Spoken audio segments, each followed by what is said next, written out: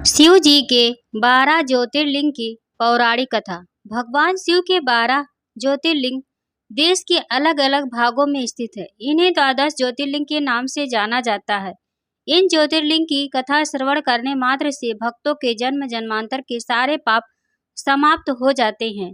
वे भगवान शिव की कृपा के पात्र बनते हैं। ऐसे कल्याणकारी ज्योतिर्लिंगों की कथा हमने एक साथ यहाँ उपलब्ध कराई है। अगर आप भी भगवान शिव के भक्त हैं तो कमेंट में हर हर महादेव या ओम नमः शिवाय अवश्य लिखिए। आइए सबसे पहले जानते हैं श्री सोमनाथ ज्योतिर्लिंग की पौराणिक कथा। गुजरात प्रांत के कठियारा क्षेत्र में समुद्र के किनारे सोमनाथ नामक विश्व प्रसिद्ध मंदिर में यह ज्योतिर्लिंग स्थापित है। पहले यह क्षेत्र प्रभास क्षेत्र के नाम से जाना जाता था। यही भगवान श्री कृष्ण ने जरा नामक व्याध के बाढ़ को निमित्त बनाकर अपनी लीला का स्मरण किया था। यहाँ के ज्योतिर्लिंग की कथा का पुराणों में इस प्रकार से वर्णन है। दक्ष प्रजापति की 27 कन्याएं थी। उन सभी का विवाह चंद्रदेव के साथ हुआ था, किंतु चंद्रमा का समस्त अनुराग व प्रेम उनमें से केवल रोहिणी के प्रति ही रहता था। उनके इस कृत्य से दक्ष प्रजापति की अन्य कन्याएं बहुत अप्रसन्न रहती थी। उन्होंने अपनी यह व्यथा कथा अपने पिता को सुनाई। दक्ष प्रजापति ने इसके लिए चंद्रदेव को अनेक प्रकार से समझाया, किंतु रोहिणी के वशीभूत उनके हृदय पर इसका कोई प्रभाव नहीं पड़ा। अंततः दक्ष के क्रुद्ध होकर उन्हें क्षयग्रस्त हो जाने का श्राप दे दिया। इस श्राप के कारण चंद्रदेव तत्काल क्षयग्रस्त हो गए। उनके क्षयग्रस्त होते ही पृथ्वी पर सुधा शीतलता वर्षण का उनका सारा कार्य रुक गया। चारों ओर त्राहि त्राहि मच गई। चंद्रमा भी बहुत दुखी और चिंतित थे। उनकी प्रार्थना सुनकर इंद्रादि देवता तथा वशिष्ठ आदि ऋषिगण उनके उद्धार के लिए पितामह ब्रह्मा जी के पास गए। सारी बातों को सुनकर ब्रह्मा जी ने कहा, चंद्रमा अपने शाप विमोचन के लिए अन्य देवों के साथ पवित्र प्रभास क्षेत्र में जाकर मृत्युंजय भगवान शिव की आराधना करे। उनकी कृपा से अवश्य ही इनका शाप नष्ट हो जाएगा और वे रोग दोष मुक्त हो जाएंगे। उसके कथानुसार चंद्रदेव ने मृत्युंजय भगवान की आराधना का सारा कार्य पूरा किया। उन्होंने घोर तपस्या करते हुए 10 करोड़ बार महामृत्युंजय मंत्र का जाप किया। इससे प्रसन्न होकर मृत्युंजय भगवान शिव जी ने उन्हें अमृत का वर प्रदान किया। उन्होंने कहा, चंद्रदेव तुम शोक ना करो, मेरे वर से तुम्हारा शाप मोचन तो होगा ही साथ प्रजापति दक्ष के वचनों की रक्षा भी हो जाएगी। कृष्ण पक्ष में प्रतिदिन तुम्हारी एक एक कला क्षीण होगी, किंतु पुनः शुक्ल पक्ष में उसी क्रम से तुम्हारी एक एक कला बढ़ जाया करेगी। इस प्रकार प्रत्येक पूर्णिमा को तुम्हें पूर्ण चंद्रत्व प्राप्त होता रहेगा। चंद्रमा को मिलने वाले इस वरदान से सारे लोगों के प्राणी प्रसन्न हो उठे। सुधा कर चंद्रदेव पुनः 10 दिशाओं में सुधा वर्षण का कार्य पूर्वत करने लगे। शाप मुक्त होकर चंद्रदेव ने अन्य देवताओं के साथ मिलकर मृत्युंजय भगवान से प्रार्थना की कि आप माता पार्वती जी के साथ सदा के लिए प्राणों के उद्धार यहाँ निवास करें। भगवान शिव उनकी इस प्रार्थना को स्वीकार करके ज्योतिर्लिंग के रूप में माता पार्वती जी के साथ तभी से यहाँ रहने लगे। पावन प्रभास क्षेत्र में स्थित इस सोमनाथ ज्योतिर्लिंग की महिमा महाभारत, श्रीमद् भगवत तथा स्कंद पुराण आदि में विस्तार से बताई गई है। चंद्रमा का एक नाम सोम भी है। उन्होंने भगवान शिव को ही अपना नाम स्वामी मानकर यहाँ तपस्या की थी, अतः इस ज्योतिर्लिंग को सोमनाथ कहा जाता है। इसके दर्शन पूजन आराधना से भक्तों के जन्म जन्मांतर के सारे पाप और दुष्कृत्य विनष्ट हो जाते हैं। वे भगवान शिव और माता पार्वती की अक्षय कृपा का पात्र बन जाते हैं। मोक्ष का मार्ग उनके लिए सहज ही सुलभ हो जाता है। उनके लौकिक प्रालौकिक सारे कृत्य स्वमेव सफल हो जाते हैं। अब आइए श्रवण करते हैं श्री मल्लिकार्जुन ज्योतिर्लिंग की पौराणिक कथा। आंध्र प्रदेश में कृष्ण नदी के तट पर दक्षिण का कैलाश कहे जाने वाले श्री शैल पर्वत पर श्री मल्लिकार्जुन ज्योतिर्लिंग स्थित है। महाभारत, शिव पुराण तथा पद्म पुराण आदि धर्म ग्रंथों में इसकी महिमा और महत्ता का विस्तार से वर्णन किया गया है। पुराणों में इस ज्योतिर्लिंग की कथा इस प्रकार से वर्णित है। एक समय की बात है, भगवान शंकर जी के दोनों पुत्र श्री गणेश और श्री कार्तिकेय स्वामी विवाह के लिए परस्पर झगड़ने लगे। प्रत्येक का आग्रह था कि पहले मेरा विवाह किया जाए। उन्हें लड़ते झगड़ते देखकर भगवान शंकर और माँ भवानी ने कहा, तुम लोगों में से जो पहले पूरी पृथ्वी का चक्कर लगाकर यहाँ वापस लौट आएगा, उसी का विवाह पहले किया जाएगा। माता पिता की यह बात सुनकर श्री कार्तिकेय स्वामी तो अपने वाहन मयूर पर विराजित हो तुरंत पृथ्वी प्रदक्षिणा के लिए दौड़ पड़े। लेकिन गणेश जी के लिए तो यह कार्य बड़ा ही कठिन था। एक तो उनकी काया स्थूल थी, दूसरे उनका वाहन भी मूषक चूहा था। भला वे दौड़ में स्वामी कार्तिकेय की बराबरी किस प्रकार कर पाते। लेकिन उनकी काया जितनी स्थूल भी थी, बुद्धि उसी के अनपूत में सूक्ष्म और तीक्ष्ण थी। उन्होंने अविलंब पृथ्वी की परिक्रमा का एक सुगम उपाय खोज निकाला। सामने बैठे माता पिता का पूजन करने के पश्चात उनकी 7 प्रदक्षिणाएं करके उन्होंने पृथ्वी प्रदक्षिणा का कार्य पूरा कर लिया। उनका यह कार्य शास्त्रानुमोदित था।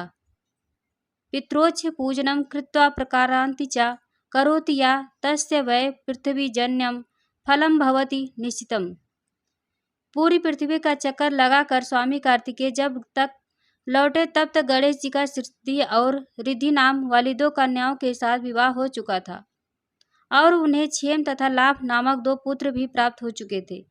यह सब देखकर स्वामी कार्तिकेय अत्यंत रुष्ट होकर कौर पर्वत पर चले गए। मां पार्वती वहां उन्हें मनाने पहुंची। पीछे शंकर भगवान वहां पहुंचकर ज्योतिर्लिंग के रूप में प्रकट हुए और तब से मल्लिकार्जुन ज्योतिर्लिंग के नाम से प्रख्यात हुए। इनकी अर्चना सर्वप्रथम मल्लिका पुष्पों से की गई थी। मल्लिकार्जुन नाम पड़ने का यही कारण है। मल्लिकार्जुन ज्योतिर्लिंग के बारे में एक दूसरी कथा यह भी कही जाती है। इस शैल पर्वत के निकट किसी समय राजा चंद्रगुप्त की राजधानी थी। किसी विपत्ति विशेष के निवारणार्थ उनकी एक कन्या महल से निकलकर इस पर्वतराज के आश्रम में आकर यहाँ के गो के साथ रहने लगी। उस कन्या के पास एक बड़ी ही शुभ लक्षणा सुंदर श्यामा गौ थी। उस गौ का दूध रात में एक दिन संयोगवश उस राजकन्या ने चोर को दूध दूहते देख लिया और क्रुद्ध होकर उस चोर की ओर दौड़ी। किंतु गौ के पास पहुंचकर उसने देखा कि वहां शिवलिंग के अतिरिक्त और कुछ नहीं है। राजकुमारी ने कुछ समय पश्चात उस शिवलिंग पर एक विशाल मंदिर का निर्माण कराया। यही शिवलिंग मल्लिकार्जुन के नाम से प्रसिद्ध है। शिवरात्रि के पर्व पर यहाँ बहुत बड़ा मेला लगता है। इस मल्लिकार्जुन शिवलिंग का दर्शन, पूजन एवं अर्चन करने वाले भक्तों की सभी सात्विक मनोकामनाएं पूर्ण हो जाती हैं। उनकी भगवान शिव के चरणों में स्थिर प्रीति हो जाती है। दैविक भौतिक सभी प्रकार की बाधाओं से वे मुक्त हो जाते हैं। अब आइए श्रवण करते हैं श्री महाकालेश्वर ज्योतिर्लिंग की पौराणिक कथा। यह परम पवित्र ज्योतिर्लिंग मध्य प्रदेश के उज्जैन नगर में स्थित है। पुण्य सलिल क्षिप्रा नदी के तट पर स्थित उज्जैन प्राचीन काल में उज्जैनी के नाम से विख्यात था। इसे अवंतिकापुरी भी कहते थे। यह भारत की परम पवित्र सप्तपुरियों में से एक है। महाभारत, शिव पुराण एवं स्कंद पुराण में महाकाल ज्योतिर्लिंग की महिमा का पूरे विस्तार के साथ वर्णन किया गया है। इस ज्योतिर्लिंग की कथा पुराणों में इस प्रकार वर्णित है। प्राचीन काल में उज्जैनी में राजा चंद्रसेन राज्य करते थे। वहां परम शिव भक्त थे। एक दिन श्रीकर नामक एक 5 वर्ष का वो बालक अपनी मां के साथ उधर से गुजर रहा था। राजा का शिव पूजन देखकर उसे बहुत विस्मय और कौतूहल हुआ। वह स्वयं उसी प्रकार की सामग्रियों से शिव पूजन करने के लिए ललायित हो उठा। सामग्री का साधन न जुट पाने पर लौटते समय उसने रास्ते में एक पत्थर का टुकड़ा उठा लिया। घर आकर उसी पत्थर को शिव रूप में स्थापित कर पुष्प, चंदन आदि से परम श्रद्धा पूर्वक उसकी पूजा करने लगा। माता भोजन करने के लिए बुलाने आई, किंतु वह पूजा छोड़कर उठने के लिए किसी भी प्रकार तैयार नहीं हुआ। अंत में माता ने झल्लाकर पत्थर का वह टुकड़ा उठाकर दूर फेंक दिया। इससे बहुत ही दुखी होकर वह बालक जोर जोर से भगवान शिव को पुकारता हुआ रोने लगा। रोते रोते अंत में बेहोश होकर वह वहीं गिर पड़ा। बालक की अपने प्रति यह भक्ति और प्रेम देखकर भोलेनाथ भगवान शिव अत्यंत प्रसन्न हो गए। बालक ने जैसे ही होश में आकर अपने नेत्र खोले तो उसने देखा कि उसके सामने एक बहुत ही भव्य और अति विशाल श्रवण और रत्नों से बना हुआ मंदिर खड़ा है। उस मंदिर के अंदर एक बहुत ही प्रकाशपूर्ण भास्कर तेजस्वी ज्योतिर्लिंग खड़ा है। बच्चा प्रसन्न और आनंद से विभोर होकर भगवान शिव की स्तुति करने लगा। माता को जब यह समाचार मिला तब वह दौड़कर उसने अपने प्यारे लाल को गले से लगा लिया। पीछे राजा चंद्रसेन ने भी वहां पहुंचकर उस बच्चे की भक्ति और सिद्धि की बड़ी सराहना की। धीरे धीरे वहां बड़ी भीड़ जुट गई। इतने में उस स्थान पर हनुमान जी प्रकट हो गए। उन्होंने कहा, मनुष्यों, भगवान शंकर शीघ्र फल देने वाले देवताओं में सर्वप्रथम है। इस बालक की भक्ति से प्रसन्न होकर उन्होंने इसे ऐसा फल प्रदान किया है जो बड़े बड़े ऋषि मुनि करोड़ों जन्मों की तपस्या से भी प्राप्त नहीं कर पाते। इस गोप बालक की 8वीं पीढ़ी में धर्मात्मा नंद गोप का जन्म हुआ। द्वापर युग में भगवान विष्णु कृष्णावतार लेकर उनके यहाँ तरह तरह की लीलाएं करेंगे। हनुमान जी इतना कहकर अंतर ध्यान हो गए। उस स्थान पर नियम से भगवान शिव की आराधना करते हुए अंध में श्रीकर गोप और राजा चंद्रसेन शिवधाम को चले गए। इस ज्योतिर्लिंग के विषय में एक दूसरी कथा इस प्रकार कही जाती है। किसी समय अवंतिकापुरी में वेद पाठी तपोनिष्ठ एक अत्यंत तेजस्वी ब्राह्मण रहते थे। एक दिन दूसर नामक एक अत्याचारी असुर उनकी पत्नी से विघ्न डालने के लिए वहां आया। ब्रह्मा जी से वर प्राप्त कर वह बहुत शक्तिशाली हो गया था। उसके अत्याचार से चारों ओर त्राहि त्राहि मची हुई थी। ब्राह्मण को कष्ट में पड़ा देखकर प्राणी मात्र का कल्याण करने वाले भगवान शंकर वहां प्रकट हो गए। उन्होंने एक हुंकार मात्र से उस द्राड़ु अत्याचारी दानव को वहीं जलाकर भस्म कर दिया। भगवान वहां हुंकार सहित प्रकट हुए, इसलिए उनका नाम महाकाल पड़ गया। इसलिए परम पवित्र ज्योतिर्लिंग को महाकाल के नाम से जाना जाता है। अब आइए श्रवण करते हैं श्री ओंकेश्वर ज्योतिर्लिंग की पौराणिक कथा। यह ज्योतिर्लिंग मध्य प्रदेश में पवित्र नर्मदा नदी के तट पर स्थित है। इस स्थान पर नर्मदा के 2 धाराओं में विभक्त हो जाने से बीच में एक टापू सा बन गया है। इस टापू को मंधाता पर्वत या शिवपुरी कहते हैं। नदी की एक धारा इस पर्वत के उत्तर और दक्षिण दिशा होकर बहती है। दक्षिण वाली धारा ही मुख्य धारा मानी जाती है। इसी मंधाता पर्वत पर श्री ओंकेश्वर ज्योतिर्लिंग का मंदिर स्थित है। पूर्व काल में महाराज मांधाता ने इसी पर्वत पर अपनी तपस्या से भगवान शिव को प्रसन्न किया था। इसी से इस पर्वत को मांधाता पर्वत कहा जाने लगा। इस ज्योतिर्लिंग मंदिर के भीतर 2 कठोरियों में से होकर जाना पड़ता है। भीतर अंधेरा रहने के कारण यहाँ निरंतर प्रकाश जलता रहता है। ओंकेश्वर लिंग मनुष्य निर्मित नहीं है, स्वयं प्रकृति ने इसका निर्माण किया है। इसके चारों ओर हमेशा जल भरा रहता है। संपूर्ण मांधाता पर्वत ही भगवान शिव का रूप माना जाता है। इसी कारण इसे शिवपुरी भी कहते हैं। लोग भक्ति पूर्वक इसकी परिक्रमा करते हैं। कार्तिक की पूर्णिमा के दिन यहाँ बहुत भारी मेला लगता है। यहाँ लोग भगवान शिव जी को चने की दाल चढ़ाते हैं। रात्रि की शिव आरती का कार्यक्रम बड़ी भव्यता के साथ होता है। तीर्थयात्रियों को इसके दर्शन अवश्य करने चाहिए। इस ओंकेश्वर ज्योतिर्लिंग के 2 स्वरूप हैं। एक को ममलेश्वर के नाम से जाना जाता है। यह नर्मदा के दक्षिण तट पर ओंकेश्वर से थोड़ी दूर हटकर है। पृथक होते हुए भी दोनों की गणना एक ही में की जाती है। लिंग के 2 स्वरूप होने की कथा पुराणों में इस प्रकार दी गई है। एक बार विंध्य पर्वत ने पार्थिव अर्चना के साथ भगवान शिव की 6 मास तक कठिन उपासना की। उनकी इस उपासना से प्रसन्न होकर भूत भावन शंकर जी वहां प्रकट हुए। उन्होंने विंध्य को उनके मनवांछित वर प्रदान किया। विंध्याचल को इस वर प्राप्ति के अवसर पर वहां बहुत से ऋषिगण और मुनि भी पधारे। उनकी प्रार्थना पर शिव जी ने अपने ओंकेश्वर नामक लिंग के 2 भाग किए। एक का नाम ओंकारेश्वर और दूसरे का नाम अमलेश्वर पड़ा। दोनों लिंग का स्थान और मंदिर पृथक होते हुए भी दोनों की सत्ता और स्वरूप एक ही माना गया है। शिव पुराण में इस ज्योतिर्लिंग की महिमा का विस्तार में वर्णन किया गया है। श्री ओंकेश्वर और ममलेश्वर की दर्शन का पुण्य बताते हुए नर्मदा स्नान के पावन फल का भी वर्णन किया गया है। प्रत्येक मनुष्य को इस क्षेत्र की यात्रा अवश्य करनी चाहिए। लौकिक पारलौकिक दोनों प्रकार के उत्तम फलों की प्राप्ति भगवान ओंकेश्वर की कृपा से सहज ही हो जाती है। अर्थात धर्म काम मोक्ष के सभी साधन उसके लिए सहज ही सुलभ हो जाते हैं।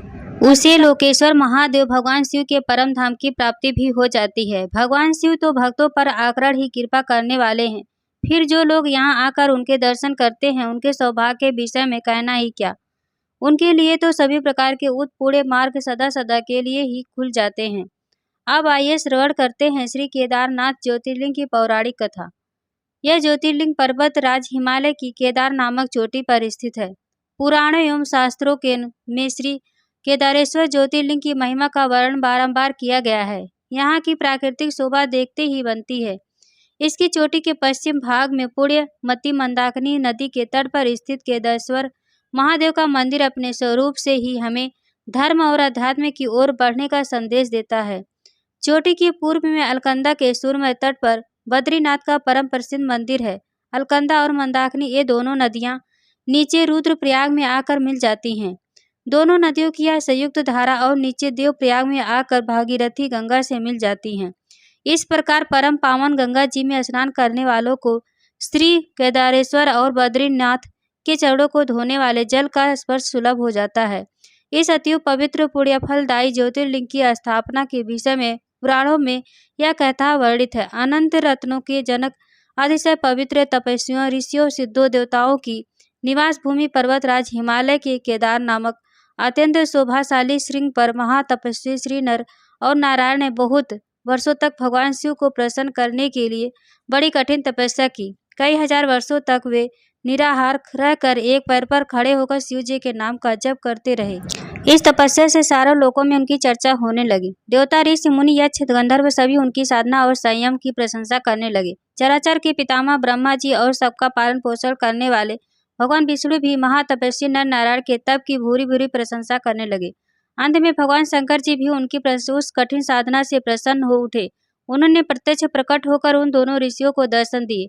नर और नारायण से भगवान भोलेनाथ के दर्शन से भाव विवल हो और आनंद विभोर होकर बहुत प्रकार की पवित्र स्तुतियां और मंत्रों में उनके पूजा अर्चन की। भगवान शिव जी ने अत्यंत प्रसन्न होकर उनसे वर मांगने को कहा।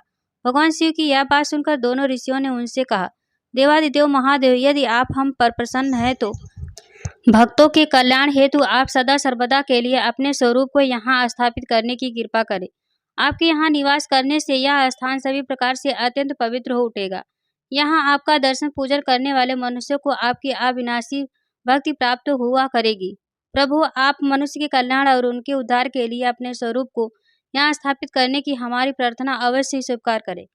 उनकी इस प्रार्थना को सुनकर भगवान शिव ने ज्योतिर्लिंग के रूप में वहां वास करना स्वीकार किया। केदार नामक हिमालय श्रृंग पर स्थित होने के कारण इस ज्योतिर्लिंग को श्री केदारेश्वर ज्योतिर्लिंग के रूप में जाना जाता है। भगवान शिव से वर मांगते हुए नर और नारायण ने इस ज्योतिर्लिंग के और इस पवित्र स्थान के विषय में जो कुछ कहा वह अक्षरश सत्य है। इस ज्योतिर्लिंग के दर्शन पूजन तथा यहाँ स्नान करने से भक्तों को लौकिक फलों की प्राप्ति होने लगे के साथ साथ अचल शिव भक्ति तथा मोक्ष की प्राप्ति भी हो जाती है। अब आइए श्रवण करते हैं श्री भीमाशंकर ज्योतिर्लिंग की पौराणिक कथा। यह ज्योतिर्लिंग पूर्व में लगभग 100 किलोमीटर दूर सह्याद्री की पहाड़ी पर स्थित है। इसे भीमाशंकर भी कहते हैं। इस ज्योतिर्लिंग की स्थापना के विषय में शिव पुराण में यह कथा वर्णित है। प्राचीन काल में भीम नामक एक महाप्रतापी राक्षस था। वह कामरूप प्रदेश में अपनी माँ के साथ रहता था। वह महाबलशाली राक्षस राज रावण के छोटे भाई कुंभकर्ण का पुत्र था, लेकिन उसने अपने पिता को कभी देखा ही नहीं था। उसके होश संभालने के पूर्व ही भगवान राम के द्वारा कुंभकर्ण का वध कर दिया गया था। जब वह युवा अवस्था को प्राप्त हुआ तब उसकी माता ने उससे सारी बातें बताई। भगवान विष्णु के अवतार श्री रामचंद्र जी द्वारा अपने पिता के वध की बात सुनकर वह महाबली राक्षस अत्यंत संतप्त और क्रुद्ध हो उठा। अब वह निरंतर भगवान श्री हरि के वध का उपाय सोचने लगा। उसने अपने अभीष्ट की प्राप्ति के लिए 1000 वर्ष तक कठिन तपस्या की। उसकी तपस्या से प्रसन्न होकर ब्रह्मा जी ने उसे लोक विजयी होने का वर दे दिया। अब तो वह राक्षस ब्रह्मा जी के उस वर के प्रभाव से सारे प्राणियों को पीड़ित करने लगा। उसने देवलोक पर आक्रमण करके इंद्र आदि सारे देवताओं को वहां से बाहर निकाल दिया। पूरे देवलोक पर अब भीम का अधिकार हो गया था। इसके बाद उसने भगवान श्री हरि को भी युद्ध में परास्त किया। श्री हरि को पराजित करने के पश्चात उसने कामरूप के परम शिव भक्त राजा सुदक्षिणा पर आक्रमण करके उन्हें मंत्रियों अनुचरों सहित बंदी बना लिया। इस प्रकार धीरे धीरे उनके सारे लोकों पर अपना अधिकार जमा लिया। उसके अत्याचार से वेदों पुराणों शास्त्रों और स्मृतियों का सर्वत्र एकदम लोप हो गया। वह किसी को कोई भी धार्मिक कृत्य नहीं करने देता था। इस प्रकार यज्ञ, दान, तप, स्वाध्याय आदि के सारे काम एकदम रुक गए। भीम के अत्याचार की भीषणता से घबराकर ऋषि मुनि और देवगण भगवान शिव की शरण में गए और उनसे अपना तथा अन्य सारे प्राणियों का दुख कहा। उनकी यह प्रार्थना सुनकर भगवान शिव ने कहा, मैं शीघ्र ही उस अत्याचारी राक्षस का संहार करूंगा। उसने मेरे प्रिय भक्त कामरूप नरेश सुदक्षिणा को भी सेवकों सहित बंदी बना लिया है। वह अत्याचारी असुर अब और अधिक जीवित रहने का अधिकारी नहीं रह गया। भगवान शिव से यह आश्वासन पाकर ऋषि मुनि और देवगण अपने अपने स्थान को वापस लौट गए। इधर राक्षस भीम के बंदी गृह में पड़े हुए राजा सुदक्षिणा ने भगवान शिव का ध्यान किया। वे अपने सामने पार्थिव शिवलिंग रखकर अर्चना कर रहे थे। उन्हें ऐसा करते देख क्रोधोन्मुख होकर राक्षस भीम ने अपनी तलवार से उस पार्थिव शिवलिंग पर प्रहार किया, किंतु उसकी तलवार का स्पर्श उस लिंग से हो भी नहीं पाया था कि उसके भीतर से साक्षात शंकर जी वहां प्रकट हो गए। उन्होंने अपने हुंकार मात्र से उस राक्षस को वहीं जलाकर भस्म कर दिया। भगवान शिव जी का यह अद्भुत कृत्य देखकर सारे ऋषि मुनि गण और देवगण वहां एकत्रित होकर उनकी स्तुति करने लगे। उन लोगों ने भगवान शिव से प्रार्थना की कि हे महादेव, आप लोग कल्याणार्थ अब सदा के लिए यहीं निवास करें। यह क्षेत्र शास्त्रों में आप पवित्र बताया गया है। आपके निवास से यह परम पवित्र पुण्य क्षेत्र बन जाएगा। भगवान शिव ने सबकी यह प्रार्थना स्वीकार कर ली। वहां वह ज्योतिर्लिंग के रूप में सदा के लिए निवास करने लगे। उनका यह ज्योतिर्लिंग भीमेश्वर के नाम से विख्यात हुआ। शिव पुराण में यह कथा पूरे विस्तार से दी गई है। इस ज्योतिर्लिंग की महिमा अमोघ है। इसके दर्शन का फल कभी व्यर्थ नहीं जाता। भक्तों की सभी मनोकामनाएं यहाँ आकर पूर्ण हो जाती हैं। अब आइए श्रवण करते हैं श्री विश्वनाथ ज्योतिर्लिंग की पौराणिक कथा। यह ज्योतिर्लिंग उत्तर भारत की प्रसिद्ध नगरी काशी में स्थित है। इस नगरी का प्रलय काल में भी लोप नहीं होता। उस समय भगवान अपनी वास भूमि इस पवित्र नगरी को अपने त्रिशूल पर धारण कर लेते हैं और सृष्टि काल आने पर पुनः यथा स्थान रख देते हैं। सृष्टि की आदि स्थली भी इसी नगरी को बताया जाता है। भगवान विष्णु ने इसी स्थान पर सृष्टि कामना से तपस्या करके भगवान शंकर जी को प्रसन्न किया था। अगस्त्य मुनि ने भी इसी स्थान पर अपनी तपस्या द्वारा भगवान शिव को संतुष्ट किया था। इस पवित्र नगरी की महिमा ऐसी है कि यहाँ जो भी प्राणी अपने प्राण त्याग करता है उसे मोक्ष की प्राप्ति होती है। भगवान शंकर उसके कान में तारक मंत्र का उपदेश करते हैं। इस मंत्र के प्रभाव से पापी प्राणी भी सहज ही भवसागर की बाधाओं से पार हो जाते हैं। विषयासक्त चितो अपि त्यक्त अधर्मरत नरः इयं क्षेत्रे मित्र सुअपि संसारे न पुनर्भवेत्। अर्थात विषयों में आसक्त अधर्मी व्यक्ति भी यदि इस काशी क्षेत्र में मृत्यु को प्राप्त हो तो उसे भी पुनः संसार बंधन में नहीं आना पड़ता। मत्स्य पुराण में इस नगरी का महत्व बताते हुए कहा गया है, जप, ध्यान और ज्ञान रहित तथा दुखों से पीड़ित मनुष्य के लिए काशी ही एकमात्र परम गति है। श्री विश्वनाथ के आनंद कानन में दशमेघ, लोलार्क, बिंदु माधव, केशव और मणिकर्णिका ये 5 प्रश्न तीर्थ हैं। इसी से इसे अभिमुक्त क्षेत्र कहा जाता है। इस परम पवित्र नगरी के उत्तर की तरफ ओंकार खंड, दक्षिण में केदार खंड और बीच में विश्वेश्वर खंड है प्रसिद्ध। विश्वनाथ ज्योतिर्लिंग इसी खंड में स्थित है। पुराणों में इस ज्योतिर्लिंग के संबंध में यह कथा दी गई है। भगवान शंकर पार्वती जी से विवाह करके कैलाश पर्वत पर रह रहे थे, लेकिन वहां पिता के घर में ही विवाहित जीवन बिताना पार्वती जी को अच्छा ना लगता था। एक दिन उन्होंने भगवान शिव से कहा, आप मुझे अपने घर ले चलिए, यहाँ रहना मुझे अच्छा नहीं लगता। सारी लड़कियां शादी के बाद अपने पति के घर जाती हैं, मुझे पिता के घर में ही रहना पड़ रहा है। भगवान शिव ने उनकी यह बात स्वीकार कर ली। माता पार्वती जी को साथ लेकर अपनी पवित्र नगरी काशी में आ गए। यहाँ आकर वे विश्वनाथ ज्योतिर्लिंग के रूप में स्थापित हो गए। इस ज्योतिर्लिंग के दर्शन पूजन द्वारा मनुष्य समस्त पापों तापों से छुटकारा पा जाता है। प्रतिदिन नियम से श्री विश्वनाथ के दर्शन करने वाले भक्तों के योगक्षेम का समस्त भार भगवान शंकर अपने ऊपर ले लेते हैं। ऐसा भक्त उनके परम धाम का अधिकारी बन जाता है। भगवान शिव जी की कृपा उस पर सदैव बनी रहती है। अब आइए श्रवण करते हैं श्री त्र्यंबकेश्वर ज्योतिर्लिंग की पौराणिक कथा। यह ज्योतिर्लिंग महाराष्ट्र प्रांत में नासिक से 30 किलोमीटर दूर पश्चिम में स्थित है। इस ज्योतिर्लिंग की स्थापना के लिए विषय में शिव पुराण में यह कथा वर्णित है। एक बार महर्षि गौतम के तपोवन में रहने वाले ब्राह्मणों की पत्नियां किसी बात पर उनकी पत्नी अहिल्या से नाराज हो गई। उन्होंने अपनी पतियों को ऋषि गौतम का अपकार करने के लिए प्रेरित किया। उन ब्राह्मणों ने इसके निमित्त भगवान श्री गणेश जी की आराधना की। उनकी आराधना से प्रसन्न हो गणेश जी ने प्रकट होकर उनसे वर मांगने को कहा।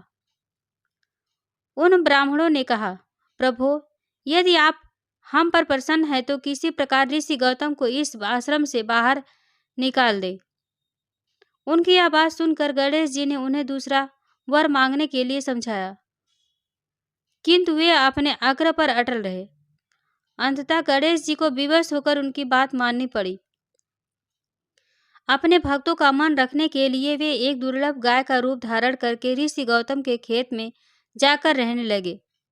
गाय को फसल चरते देखकर ऋषि बड़ी नरमी के साथ हाथ में तृण लेकर उसे हाँकने के लिए लपके।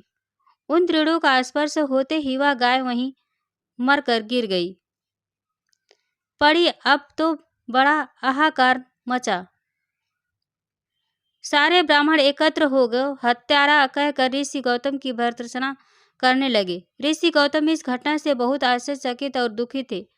अब उन सारे ब्राह्मणों ने कहा कि तुम्हें यह आश्रम छोड़कर अन्यत्र कहीं दूर चले जाना चाहिए।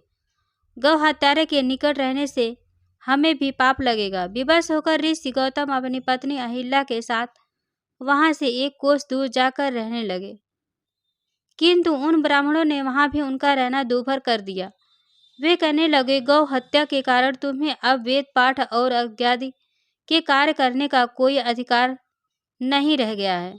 अंततः अनुनय भाव से ऋषि गौतम ने उन ब्राह्मणों से प्रार्थना की कि आप लोग मेरे प्रायश्चित और उद्धार का कोई उपाय बताइए। तब उन्होंने कहा, गौतम, तुम अपने पाप का सर्वत्र सबको बताते हुए 3 बार पूरी पृथ्वी की परिक्रमा करो, फिर लौटकर यहाँ 1 महीने तक व्रत करो। इसके बाद ब्रह्मगिरि की 101 परिक्रमा करने के बाद तुम्हारी शुद्धि होगी। अथवा यहाँ गंगा जी को लाकर उनके जल से स्नान करके 1 करोड़ पार्थिव शिवलिंगों से शिव जी की आराधना करो। इसके बाद पुनः गंगा जी में स्नान करके इस ब्रह्म नगरी की 11 बार परिक्रमा करो। फिर 100 घड़ों के पवित्र जल से पार्थिव शिवलिंगों का स्नान कराने से तुम्हारा उद्धार होगा। ब्राह्मणों के कथानुसार महर्षि गौतम ने वे सारे कार्य पूरे करके पत्नी के साथ पूर्णतः तल्लीन होकर भगवान शिव की आराधना करने लगे। इससे प्रसन्न हो भगवान शिव ने प्रकट होकर उनसे वर मांगने को कहा। महर्षि गौतम ने उनसे कहा, भगवान, मैं यही चाहता हूँ कि आप मुझे गौ हत्या के पाप से मुक्त कर दें। भगवान शिव ने कहा, गौतम, तुम सर्वथा निष्पाप हो। गौ हत्या का अपराध तुम पर छल पूर्वक लगाया गया था। छल पूर्वक ऐसा करवाने वाले तुम्हारे आश्रम के ब्राह्मणों को मैं दंड देना चाहता हूँ। इस पर महर्षि गौतम ने कहा कि प्रभु, उन्हीं के निमित्त से तो मुझे आपका दर्शन प्राप्त हुआ है। अब उन्हें मेरा परम हित समझकर उन पर आप क्रोध न करें। बहुत से ऋषियों, मुनियों और देवगणों ने वहां एकत्र हो गौतम की बात का अनुमोदन करते हुए भगवान शिव से सदा वहां निवास करने की प्रार्थना की। वे उनकी बात मानकर वहां त्र्यंबक ज्योतिर्लिंग के नाम से विशिष्ट स्थित हो गए। गौतम जी द्वारा लाई गई गंगा जी भी वहां पास में गोदावरी नाम से प्रभावित होने लगी। यह ज्योतिर्लिंग समस्त पुण्यों को प्रदान करने वाला है। अब आइए श्रवण करते हैं श्री बैद्यनाथ ज्योतिर्लिंग की पौराणिक कथा। यह ज्योतिर्लिंग बिहार प्रांत के संस्थाल परगने में स्थित है। शास्त्र और लोक दोनों में उसकी बड़ी प्रसिद्धि है। इसकी स्थापना के विषय में यह कथा कही जाती है। एक बार राक्षस राज रावण ने हिमालय पर जाकर भगवान शिव का दर्शन प्राप्त करने के लिए बड़ी घोर तपस्या की। उसने एक एक करके अपने सिर काटकर शिवलिंग पर चढ़ाना शुरू किए। इस प्रकार उसने अपने 9 सिर वहां काटकर चढ़ा दिए। जब वह अपना 10वां और अंतिम सिर काटकर चढ़ाने के लिए उद्यत हुआ, तब भगवान शिव अति प्रसन्न और संतुष्ट होकर उसके समक्ष प्रकट हो गए। शीश काटने को उद्यत रावण का हाथ पकड़कर उन्होंने ऐसा करने से रोक दिया। उसके 9 सिर भी पहले की तरह जोड़ दिए और अत्यंत प्रसन्न होकर उससे वर मांगने को कहा। रावण ने वर के रूप में भगवान शिव से उस शिवलिंग को अपनी राजधानी लंका में ले जाने की अनुमति मांगी। भगवान शिव ने उसे यह वरदान तो दे दिया, लेकिन एक शर्त भी उसके साथ लगा दी। उन्होंने कहा, तुम शिवलिंग ले जा सकते हो, किंतु यदि रास्ते में इसे कहीं रख दोगे तो यह वहीं अचल हो जाएगा, तुम फिर इसे उठा ना सकोगे। रावण इस बात को स्वीकार कर उस शिवलिंग को उठाकर लंका के लिए चल पड़ा।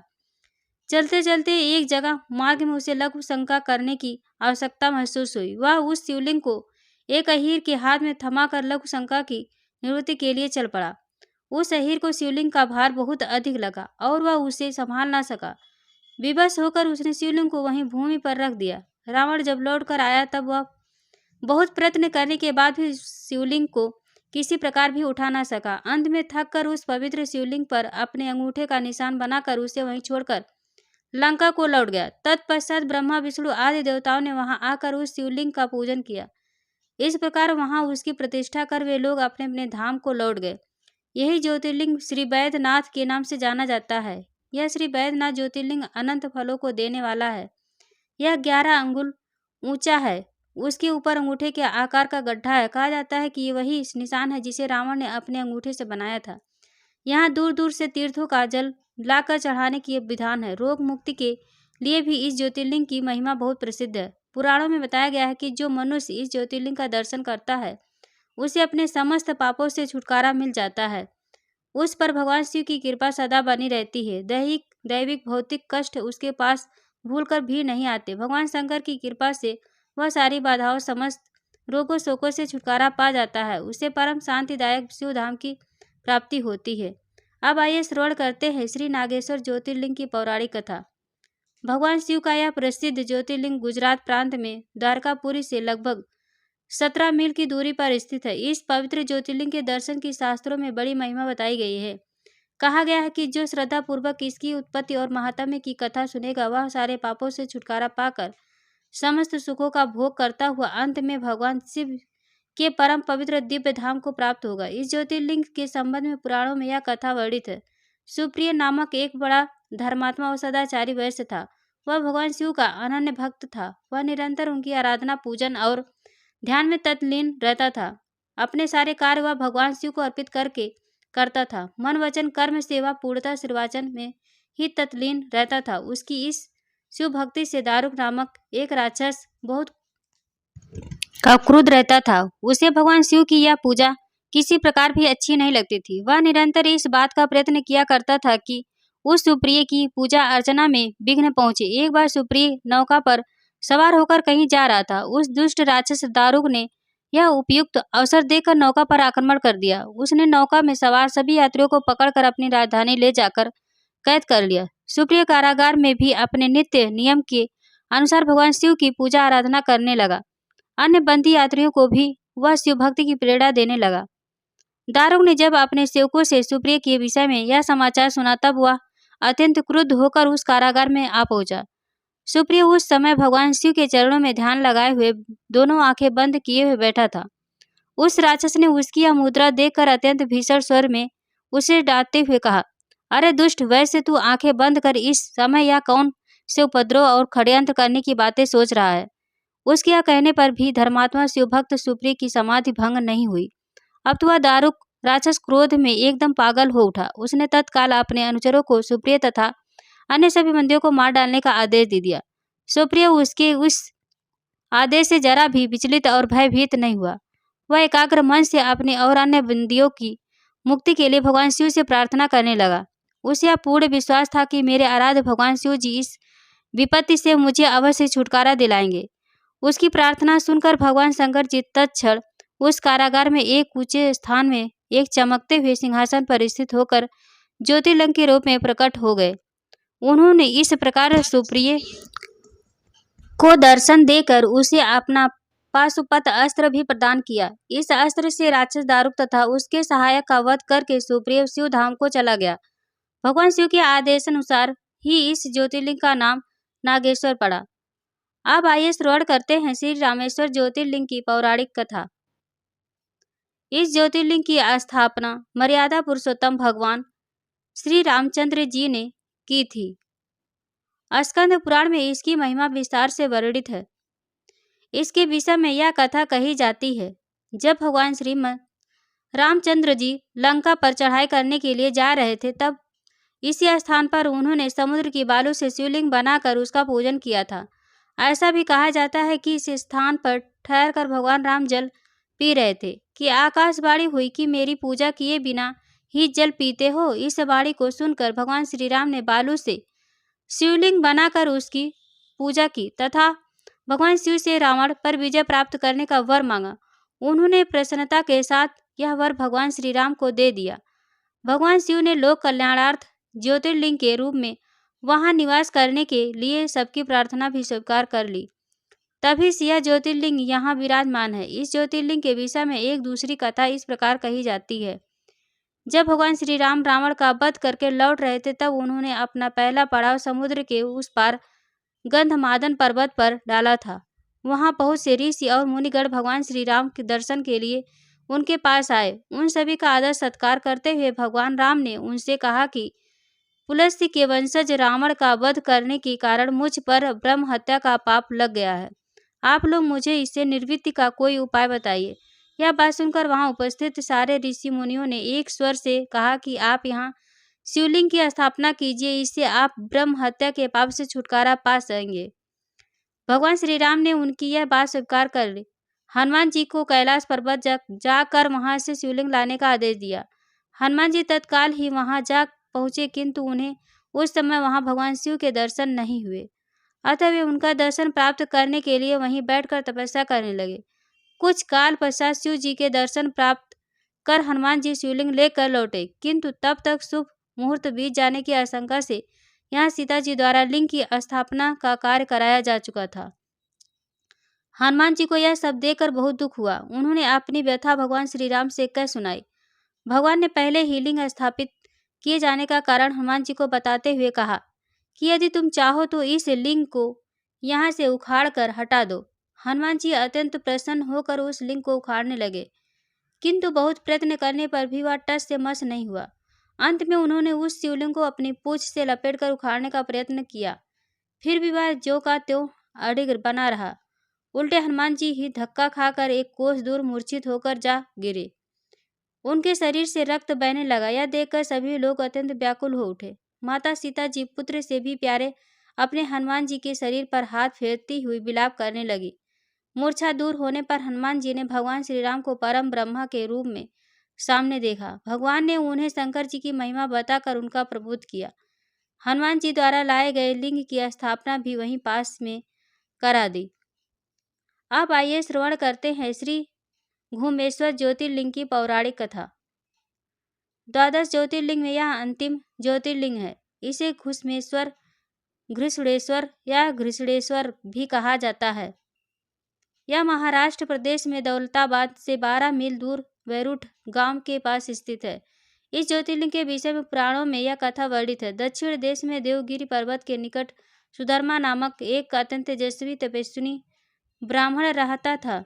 उसकी पत्नी का नाम सुदेहा था। दोनों में परस्पर बहुत प्रेम था। किसी प्रकार कोई कष्ट उन्हें नहीं था, लेकिन उन्हें कोई संतान नहीं था। ज्योतिष गणना से पता चला कि सुदेहा के गर्भ से संतानोत्पत्ति हो ही नहीं सकती। सुदेहा संतान की बहुत ही इच्छुक थी। उसने सुधर्मा से अपनी छोटी बहन से दूसरा विवाह करने का आग्रह किया। पहले तो सुधर्मा को यह बात नहीं जची, लेकिन अंत में उन्हें पत्नी की जिद के आगे झुकना ही पड़ा। वे उसका आग्रह टाल नहीं पाए। वे अपनी पत्नी की छोटी बहन घुसमा को ब्याह कर घर ले आए। घुसमा अत्यंत विनीत और सदाचारी स्त्री थी।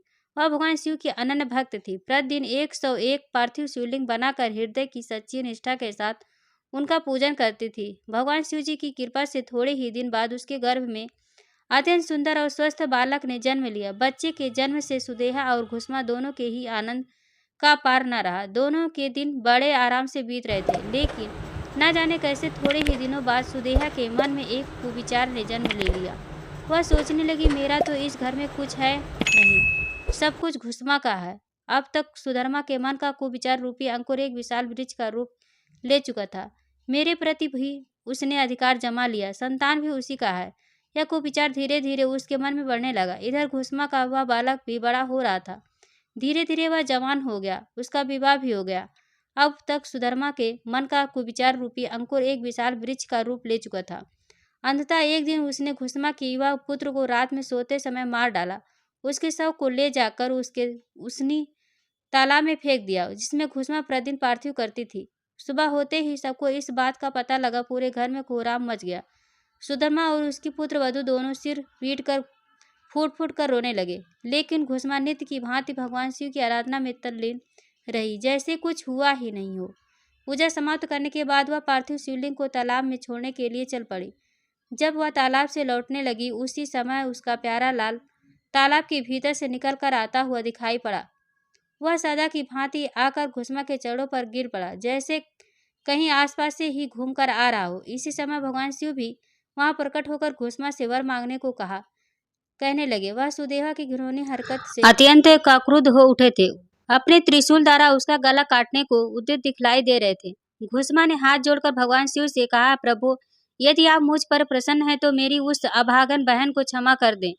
निश्चित ही उसने अत्यंत जघन्य पाप किया है, किंतु आपकी दया से मुझे मेरा पुत्र वापस मिल गया है। अब आप उसे क्षमा करें। और प्रभु, मेरी एक प्रार्थना और है। लोक कल्याण के लिए आप इस स्थान पर सर्वदा के लिए निवास करें।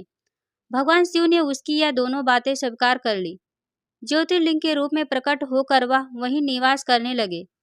सती शिवभक्त घुसमा के आराध्य होने के कारण वे यहाँ घुसमेश्वर महादेव के नाम से विख्यात हुए। घुसमेश्वर ज्योतिर्लिंग की महिमा पुराणों में बहुत विस्तार से वर्णित की गई है। इनका दर्शन लोक परलोक दोनों के लिए अमोघ फलदायी है।